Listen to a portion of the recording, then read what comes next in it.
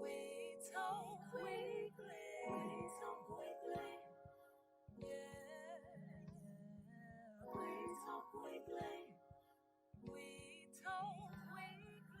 We talk weekly. Yeah. We talk weekly. We talk weekly. We talk weekly. Yeah. We talk weekly. We talk weekly.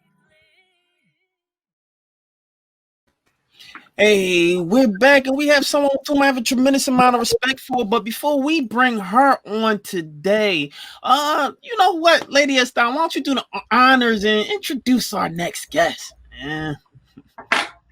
Oh.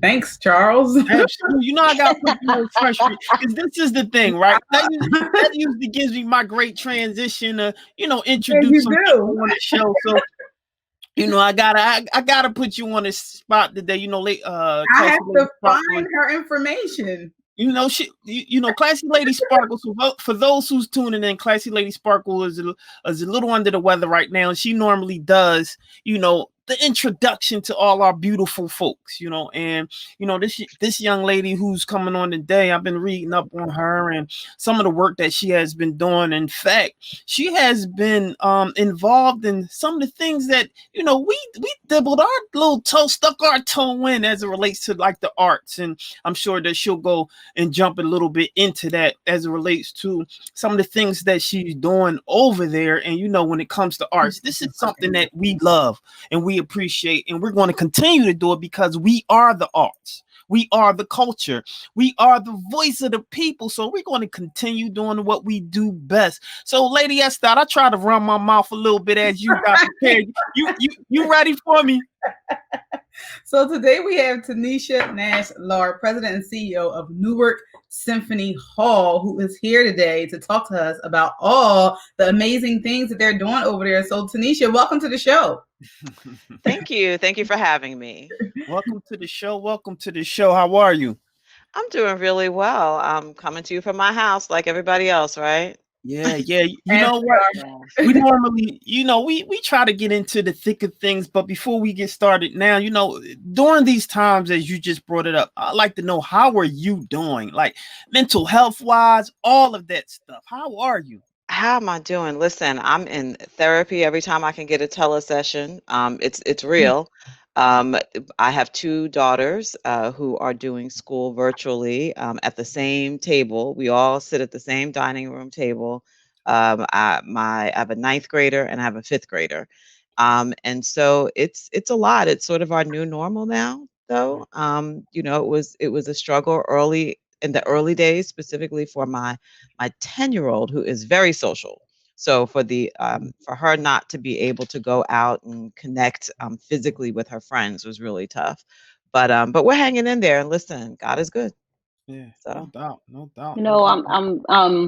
I just wanted to jump in there and say I'm kind of glad that you mentioned that, because I was having a conversation with my mom earlier today, and we were talking about how for those of us who are spiritual or in religion, when we're going through like mental health issues and things like that, we're always told to like, oh well, just pray about it instead of seeking out like help, or like you said, like therapy and things like that. In the Black community, we don't have access to certain things. And I was explaining to her, like, even when our kids go through a lot of traumatic issues in the community, like some of them have literally seen somebody murdered right before their eyes, and they experience that PTSD, but they don't get any mental health treatment or anything like that, any type of therapy or counseling.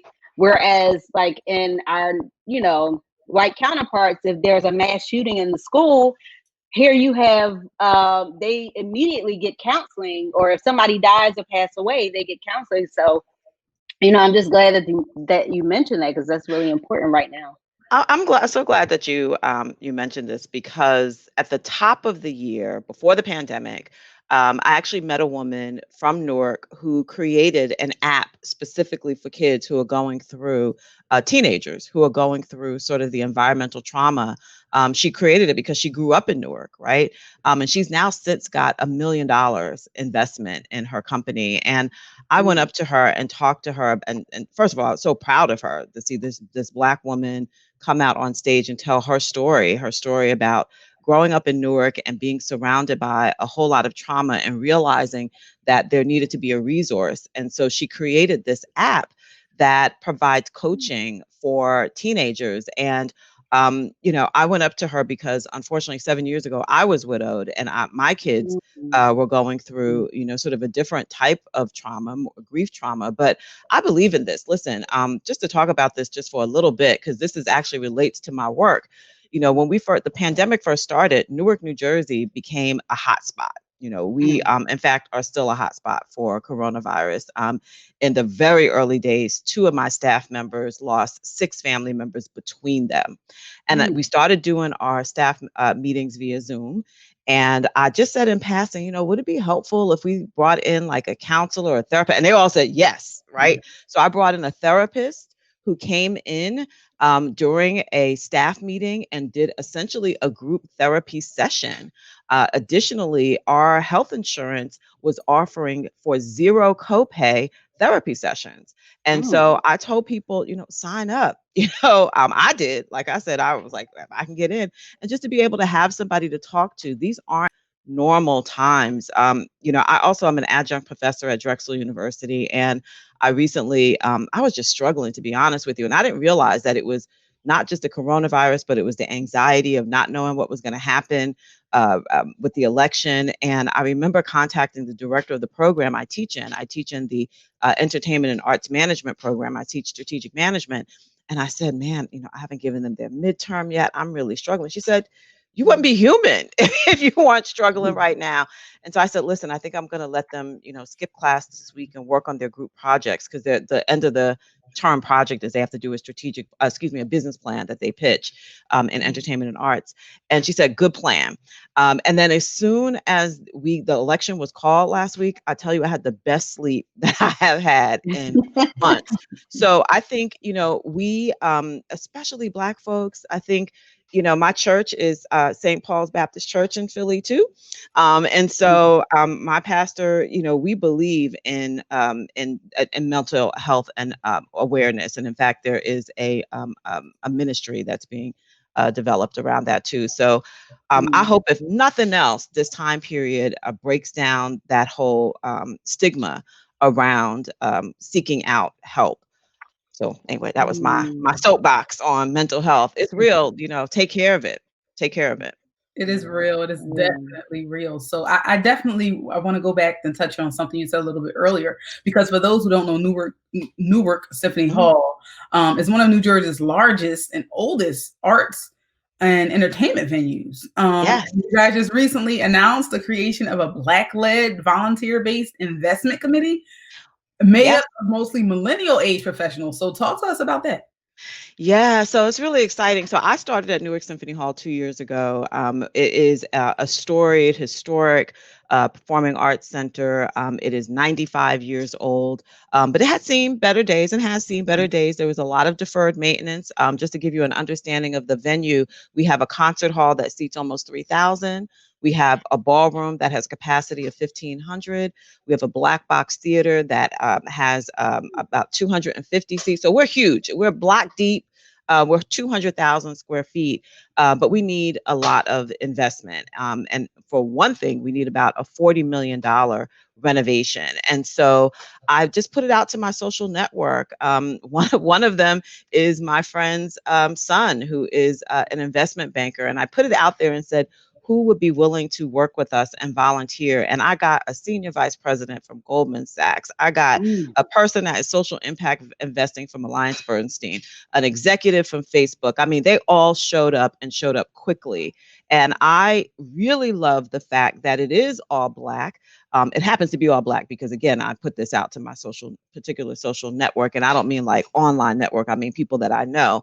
But it flies right into the face of what that Wells Fargo CEO said several weeks ago, that, well, there's a lack of talent in this industry. There is not. There really isn't. And that's why I'm excited we're getting a lot of attention from mainstream press, I would like to say, of the fact that we put this powerhouse group together. And I know that they're going to help me get that 40 million. I hope they help me get to the 100 million, because that's really my goal by the time 2025, when we turn 100 years old. See, you're on mute. Yeah, you're on mute. I can't hear you. I'm sorry. I'm saying that's amazing that you were able to get, such a dynamic group of investors together. And I'll try to, pull that picture. But I want you to talk a little bit about, that the board and kind of, all of the people who were able to get together and say, you know what, this is a project that we want to get behind and start to push and, try to get some dollars and raise monies to support such a dynamic and historic arena.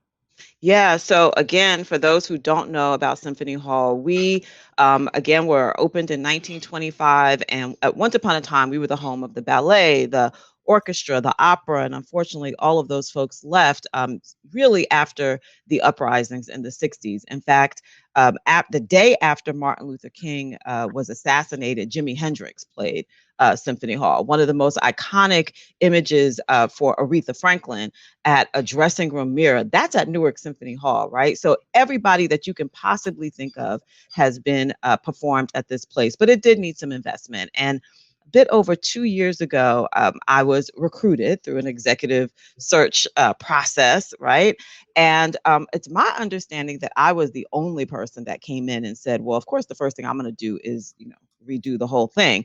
And I think one of the things about that was there was a desire to do it, but there was perhaps a little hesitancy, can we really raise the money? And really, it was just a matter of coming in and rallying the troops and saying, we can do this, right? So on November 1st, I celebrated my second anniversary, my 2-year anniversary. But it was this time last year that I had gone through a lot of stuff, sort of straightening out our finances. We were losing $250,000 annually. We had nearly $750,000 in accumulated debt. And I had a mental hurdle that I wanted to reach. And that hurdle was I wanted to raise over $1 million in my first year. Now, $1 million is a drop in the ocean of what I really need in terms of the building. But I said, if I get that $1 million in my first year, I know I can do it. And on December 23rd, we got a check for $675,000 that put me well over my $1 million mark, because I had actually raised $350,000 in my first 2.5 months. So yeah. So now the whole board is like, we get it. We're on board. When the pandemic started, there was a lot of anxiety, because last year, one of the ways that we turned a lot of the things around was by working with MTV, BET. MTV rented us because the Video Music Awards was happening at the Prudential Center, which not very far. So they shot a commercial. And then Missy Elliott, Normani, J Balvin, Bad Bunny, Wyclef, Queen Latifah, they all rented us privately to rehearse for their VMA performance. And I'm gonna tell you something else that I didn't sign something that said I couldn't tell you this, but that very first portion of Missy Elliott's performance last year was actually shot at Newark Symphony Hall. It was to look like it was live, but it was actually pre-recorded, and then they dipped it in and cut it into her live performance over at the Prudential Center. And then at the end of the year last year, we had BET rented us.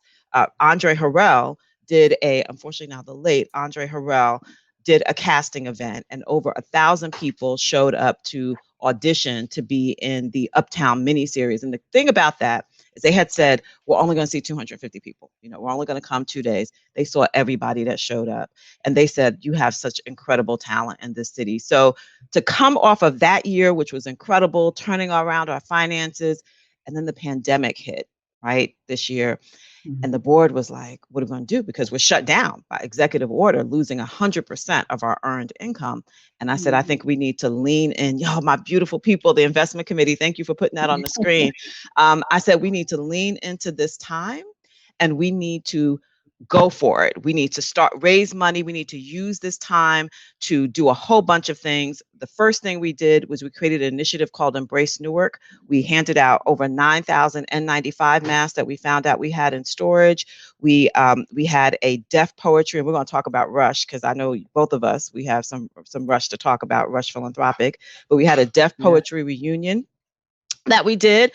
Over 50 artists, 50 poets participated, including our mayor, Raz J. Baraka, who is a poet himself and was a deaf and is a deaf poet. He will always be a deaf poet. But we got a lot of national attention because Jill Scott was one of our performers. And so that's all the stuff we've been doing just during the pandemic. We're feeding people. We handed out over 3,000 meals in front of our building. We did an initiative called Embrace Newark and Symphony of Survival. And in our windows, after George Floyd's murder, we have poetry from Jasmine Mans, Kay Desiree Millwood, Black Lives Matter. Like, this is all the energy that we're doing, the things that we're doing during a pandemic. Wow. So thank you for giving me the space to talk about that.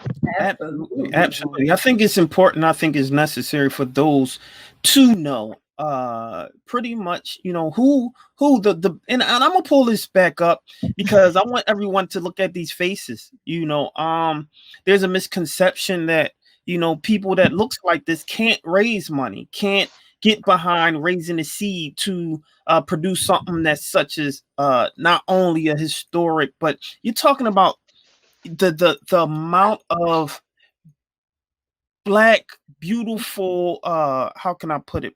Beautiful, iconic figures that actually were and performed at the hall. Why don't you just really quickly name some of the, you know, just dynamic and iconic figures that actually performed there? Oh my God, everybody you could possibly think of. So I'm going to talk about rock and roll, right? So you have everybody from the Beatles, Rolling Stones. They did their first tour. In fact, their opener was Patti LaBelle and the Bluebells when they did their opener. It's so much. This is the place that James Brown performed, and that oh my goodness, why is it, this is so crazy. Al Sharpton developed his relationship with James Brown in backstage at Symphony Hall. That when Amiri Baraka, the great Amiri Baraka, who is Raz Baraka's father, Amiri Baraka, father of the Black Arts Movement. If anybody is listening or watching, don't know him, go look him up. He was helping raise money to elect who would become the first Black mayor of any major city in the Northeast, and that was Ken Gibson. And all of those fundraising events happened. So you had Isaac Hayes, you had Nina Simone, you had not performing, but part of the crew, Harry Belafonte. You had all of these iconic figures that were coming together in the late 60s in order to elect in 1970 Ken Gibson. So that's the kind of stuff that has happened in this stage. And that's the kind of history. It's also the place, I think I mentioned Elvis. If I didn't mention Elvis, this is where Elvis discovered who would become the folks that would become his opening act when he was in residence. And one of them, her daughter became a little famous, you know, she was Cissy Houston, and her daughter, Whitney Houston. And Whitney Houston, of course, also performed at Symphony Hall. One of the most crazy things is early in my days at the job, just sort of sitting and having a conference, and Whitney's cousin, also known as Dionne Warwick, just happened to walk through I was like, oh, well, dear John. Mm-hmm. Just another day at Newark Symphony Hall. Wow. Unbelievable. And you know what? You say it so cavalier, you know, it's just another day, because, you know, when you think of, you know, places that we essentially run, you don't think of how, you know, iconic, how precious, how important this is to the community. And that's one thing, that's one of the questions that I want to ask you. What is your feel in on such a, you know, this arena being, or this hall being in a community, and that's you're in the urban community. You're not like in the suburbs, right? We are in an urban community, but thank you for mentioning that, because that was the other reason that I really wanted this job. It's an urban community, but it's changing, right? Yeah. You know, gentrification is on the other end of the same street. And I was really concerned, and understand this neighborhood, which is the Lincoln Park neighborhood of Newark. And again, I got to give a shout out to Anthony Smith, who is the executive director of the Lincoln Park Coast Cultural District. I have to give a shout out to Jeremy Johnson, who is the executive director of Newark Arts, because the three organizations have come together to create something called the Lincoln Park Alliance. And what we really want is we were always a district of arts and entertainment. We want an official designation from the state as an artist district. I run the sole Black-led performing arts center in the entire state, and I think there are at least 20.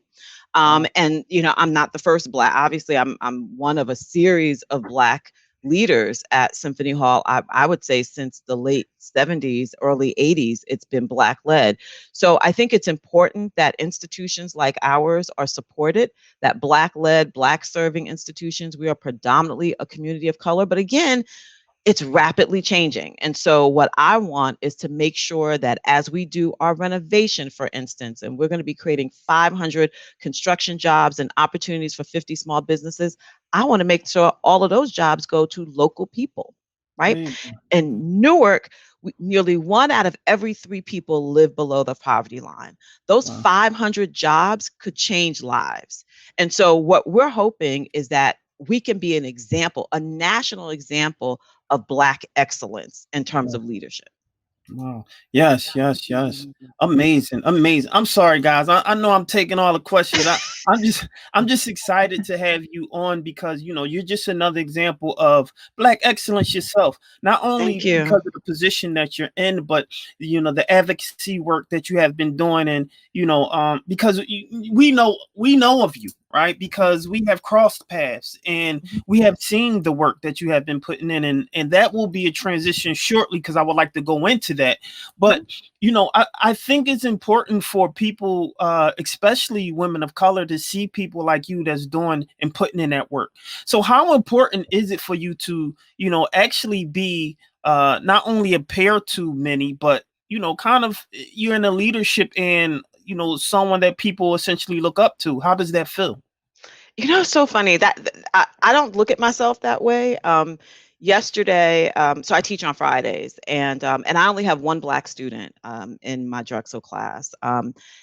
But it's interesting because you said it's important for other Black women, Black girls, Black people to see me. I think it's important for the white people too, right? For the very same reason that I just said earlier about that Wells Fargo CEO. I think it's important that white folks know that I am not unusual, right? That there are a lot of Taneshas that they don't even know about. And I actually also love that my name is Taneshia. I'll tell you one thing. There's a young lady who has a same name who DM'd me on Instagram and said that she was so proud of me, Tahisha Way, who's our Secretary of State in New Jersey, that she said, until you two, I used to shorten my name. I used to go by a nickname because I was embarrassed by my name, Taneshia. And she said, now with you and Tahisha, I proudly say my whole name. And that's what I want. I want people to be able to bring their whole selves into their work. So I think it's important. But again, I also think it's important that just as important as the young man yesterday, after class, he asked if I could stay after class, a white kid who I didn't know where he was from. And we're 7 weeks, I guess, into the term. Drexel has 10-week quarters. And he said, and he takes a deep breath. He said, from the first class, and we saw your bio and we saw who you are, we were like, oh my God, we get to get down. I was like, really? Because I don't look at myself like that. So it made me feel good that not that he's starstruck, but that as we had this conversation, that he felt so excited to be able to have this conversation with me. I'll tell you, the only people that usually aren't impressed are my own kids. There's one of them sitting right off screen right now, my 14-year-old. My 10-year-old said that she would only be impressed if I got to do something with Beyonce. I did tell her that I've met Beyonce before, but that's not good enough apparently. But most recently, I was elected to the National Independent Venue Foundation, which is a national organization that has advancing the Save Our Stages legislation in the federal government. And a few weeks ago, we did a nationwide fundraiser, which had, the Roots at the Apollo to Miley Cyrus at Whiskey A Go Go in LA. And that my 10-year-old was like, okay, maybe my mommy's doing a little bit of something. So thank you. No doubt, no doubt, no doubt. Real quick, time flies. Wow, real quickly. Because I want to go into it looks like we have our next guest that just popped in. But real quickly, I want to talk a little bit about kind of like Rush Arts. And I think that's such an important conversation to start to talk about and bring up. I mean, you're pretty much running that committee there. Let's talk a little bit about that and go into that. And where do we see, or what can we see Rush Arts doing in the future? So thank you, because I know you guys covered our first fundraiser that we had in Philly. Well, as you know, but maybe your viewers don't know, we moved our main offices from New York City to Philadelphia a couple years ago. We have Rush Arts Philadelphia, which is in the Logan section of Philadelphia. But again, in the pandemic, we had to pivot. This year is our 25th anniversary of Rush Philanthropic Arts Foundation. And so we are going to be having an online gala on November 21st, so a week from tomorrow. I hope you all tune in. The amazing Deanna Williams is going to be one of our hosts, along with Vanessa Simmons and Danny Simmons, who is our co-founder of Rush Philanthropic Arts Foundation, but the absolute founder of Rush Arts Philly, because he moved there. And so I'm excited for us to be able to celebrate 25 years of really making a difference in the lives of young people and bringing arts to young people, but also helping create incredible careers of most of the Black artists that you hear and know about today, visual artists, they were actually Rush artists. So I'm really proud of that work. So thank you for allowing me to give that plug. So go on Facebook on November 21st and see our online gala. We're going to have 4 honorees, and I'm going to read because I don't want to forget: Derek Adams, Dawood Bey, Reginald Brown, and Dr. Deborah Willis. Those are going to be and we're going to give a special recognition to Patty Wilson Aiden, who is now the outgoing CEO of the Philadelphia African American Museum of Philadelphia. Wow, fantastic, fantastic. Well, we really appreciate you for coming in. But before we let you leave, can you tell everybody how, like give all the information, how can they get in contact with you? Where can they find you? All that good old stuff. Yes. So Taneshia.com, TANESHIA.com is my personal website. NewarkSymphonyHall.org is our organizational website. On Twitter, I'm Taneshia. On Instagram, it's my whole name, Taneshia Nash Laird. And yes, thank you for showing a picture of the hall. That is our main concert hall, where all those iconic people that I described, that's where they performed. And you could feel the history when you are there. One final shout out I want to give to a professor at the University of Pennsylvania. His name is Dr. Guthrie Ramsey. He is working with us on a production called The Soul of Newark Symphony Hall that talks about all that Black history.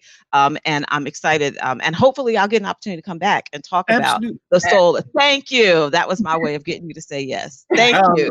Well, one thing that we always say when it comes to We Talk Weekly is once you come on the show, you're always a friend to the show. So you're always welcome to come back. So let's talk soon. Let's talk a little bit about the Rush Arts piece too, and how we can participate in that and support and endorse and promote and all that good old stuff. And go to Rush Arts Philly on Instagram. That's it. You follow us on Instagram, you're totally up to date. No doubt. Well, you take care, and thanks for tuning in to We Talk Weekly. Thank you.